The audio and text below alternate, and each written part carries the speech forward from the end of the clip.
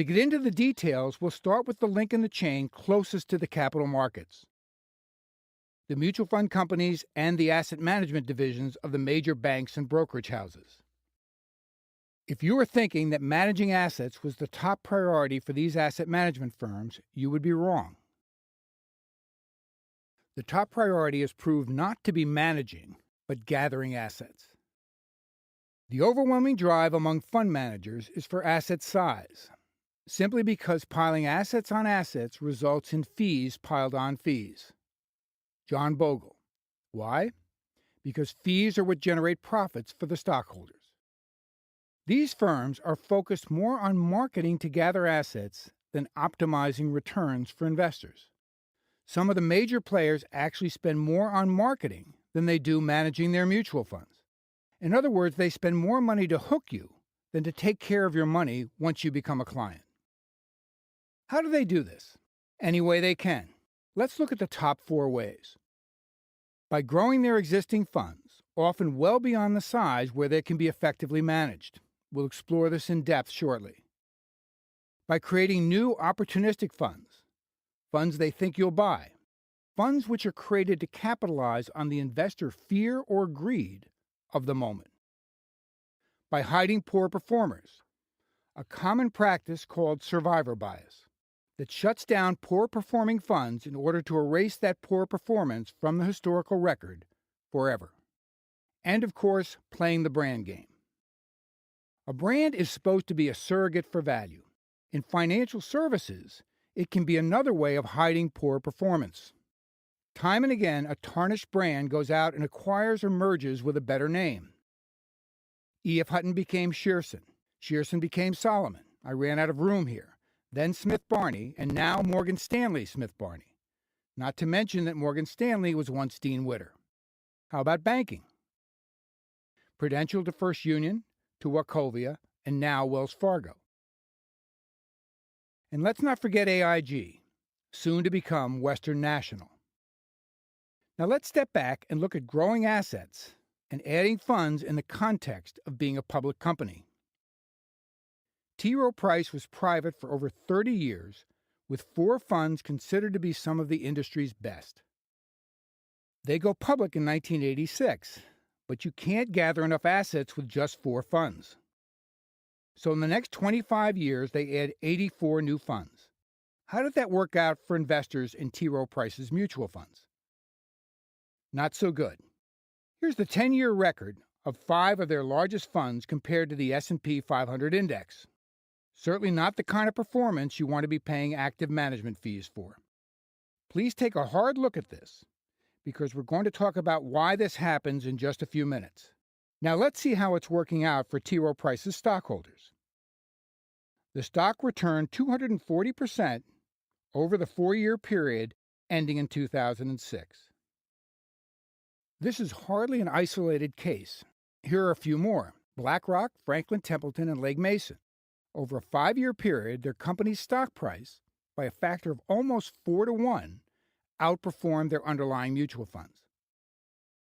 What does this mean when fund companies are gathering billions and billions to invest, along with strong incentives to maximize earnings for the stockholders?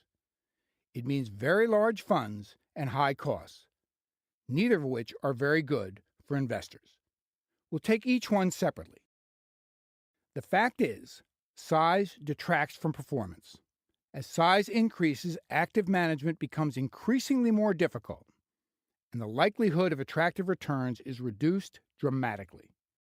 Vanguard's John Bogle put it this way: they become muscle-bound and inflexible, which limits them to a return that parallels the market at best and most often trails the market after costs, which was exactly the case with those T. Rowe Price funds.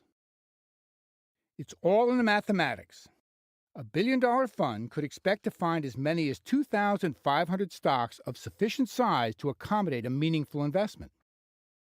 But for a $10 billion fund, that stock universe shrinks to as few as 250 of the very largest stocks. Mutual funds that have billions to invest are limited to the largest and most liquid stocks available. There are over 14,000 equity mutual funds, with about 2/3 being large capitalization stock funds. Think about it.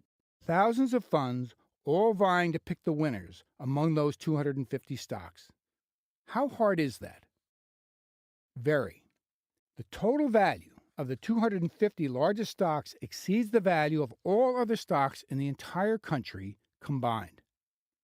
Exxon is the biggest at about $350 billion. And since these companies dominate the market, they're also the ones most followed and well known by portfolio managers and analysts. And if you want to take this discussion overseas, you could add about 80 to 90 more companies worldwide that are of comparable size. Domestically and internationally, these companies are the textbook example of an efficient market. An efficient market is one in which all the relevant information on each stock is widely available.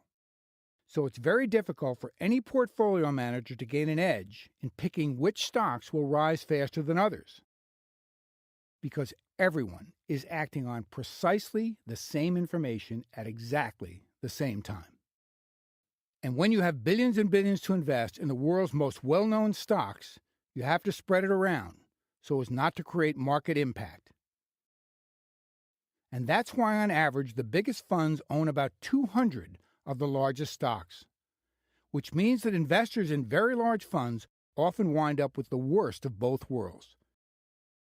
Because when you own 200 of the largest stocks in the country, what you are getting is a portfolio that pretty much parallels the S&P 500 index, whose return, after costs, you'll be quite lucky to match.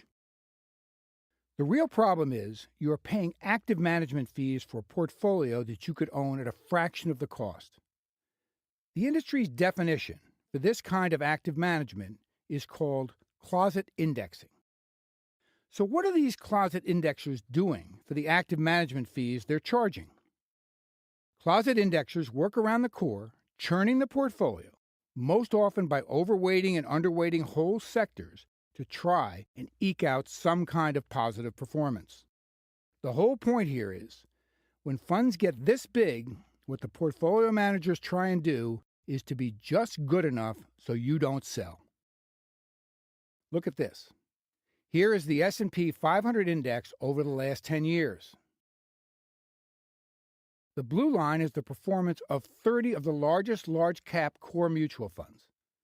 Pretty much the same line, isn't it? Here's the issue. If you had $100,000 invested, you would be paying around $1,200 a year for that blue line versus $100 a year for the black line. Over this 10-year period, that's $12,000 versus $1,000. And as you can see, there is more red here than green, which shows that the S&P index outperformed, which is most often the case after costs. This leads us to the second part of the discussion, the fees and costs that investors pay to asset management companies. We've all experienced the benefits of scale in the pricing of consumer products. As demand goes up, competition increases and prices drop. Think of cell phones and computers alone. There are huge economies of scale in the asset management business. For example, the cost to manage a $10 billion fund is nowhere near 10 times the cost to manage a $1 billion fund. Have investors benefited from this scale? Quite the opposite. Even though, by some estimates, assets have increased 1,000-fold since 1950, the expense ratios paid by investors have almost doubled. Just so we are clear, the expense ratio is expressed as a percentage. And that percentage of assets is then deducted from your investment each year as payment to the asset management company. This means, on average, that 1.4% is deducted from the value of your mutual fund assets each year for having the assets professionally managed, good or bad.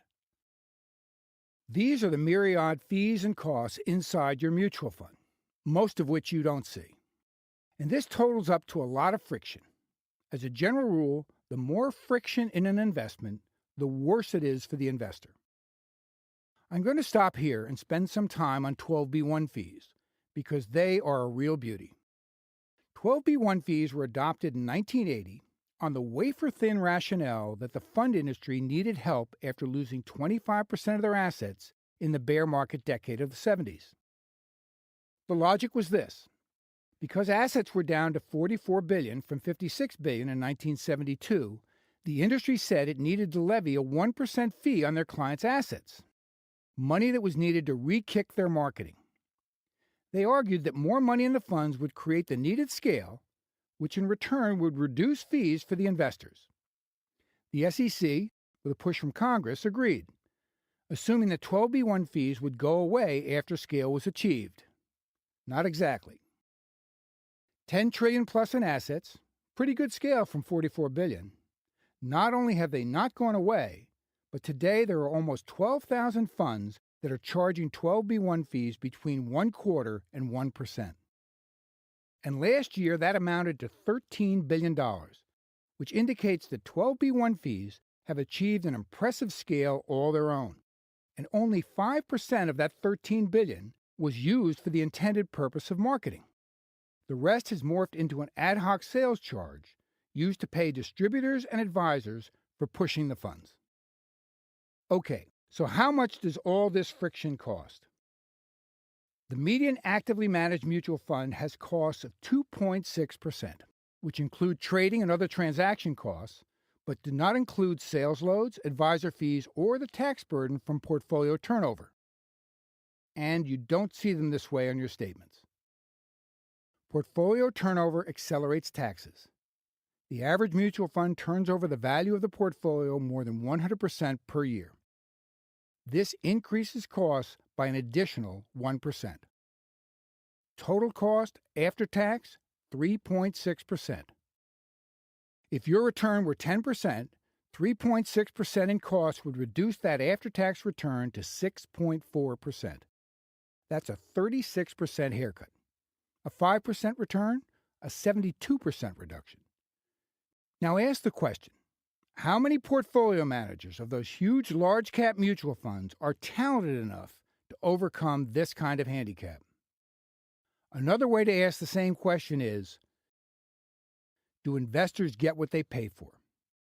This is just one of many studies that indicate they don't. Over 40 years, a $1,000 investment in index funds returns $61,000. The same $1,000 investment in mutual funds, $35,000. Mutual fund investors put in all the money, took all the risk, and paid all the fees to wind up with just a little more than half the market's return. Let's focus on 2008, when the markets were in freefall, a good time for active mutual fund managers to step up and earn their fees. Didn't happen. Funds lost $43 billion over and beyond the losses of the major indexes. Now, no discussion of asset management would be complete without a discussion of benchmarks. Here are the ones that you see on the news every night. But as we saw, mutual fund managers have trouble beating these indexes. So Lipper and Morningstar came up with a bunch more to help them out. Here are Lipper's and Morningstar's. Both Lipper and Morningstar rate funds not by whether or not they made you money, but by how far they deviate from their benchmark.